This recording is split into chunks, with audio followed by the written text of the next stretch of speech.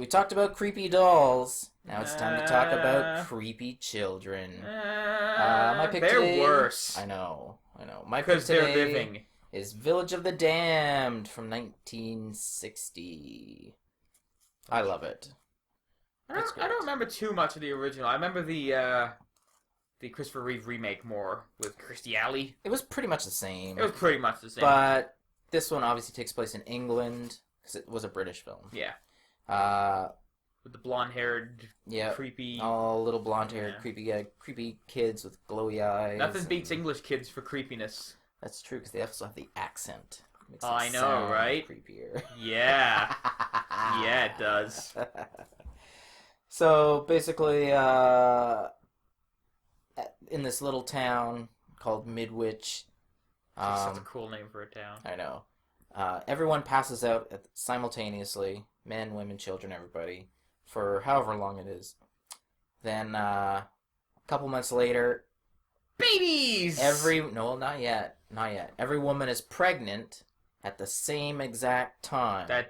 Babies. And then, after that, they all have kids, but they grow super fast, because they're like some sort of alien child, or who knows. Was that one of the things that was dropped from the Christopher Reeve thing? Because I don't remember anything about them growing super fast. I think they did grow super fast. I just remember them all being the same age, because they all popped out at the same time, and yeah. I don't remember any, accelerated growth in the in the original, they're, about 3 years old, but they look like they're 9 or 10 years old, right? So they grew really fast, and their intelligence grew really fast, and they all dress the same, and they're impeccably dressed, like whatever. Well, they are super British. Smart. They're always going to be impeccably dressed. Super smart, and again, that's just British. So, and then if you do something to piss them off, look out. They're coming after you. I think one of my favorite Show the Damned spoof things was an episode of The Simpsons. The Simpsons? Yeah. I was going to mention that. It was great. I love it. That shows you what kind of impact that movie had, too, though. It's definitely a cultural touchstone horror film. Yeah. I mean, it was actually a science fiction film, but I think it's more of a horror film, too. Yeah. The Christopher Reeve one definitely towed that line a little closer. It was definitely horror, sci-fi cross a lot harder than the original, I think. Yeah, I think so, too. Yeah. But it's one of those rare cases where... both of them are good films. Now, I can't remember about the remake, but in the original, they didn't really get to why this happened.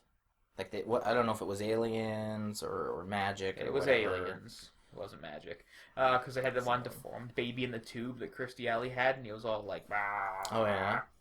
See, but they never showed that, though. That's what I'm saying in the original. But, so you don't know. You can guess. I don't think there was ever, a laid-out master plan. No. Which, it's one of those cool things that I think has gone unexplained. Yeah, it's one of those things that's gone away in cinema nowadays, where it's if you don't explain beat for beat what the bad guy's plan is, the knuckle draggers of the audience are like, huh?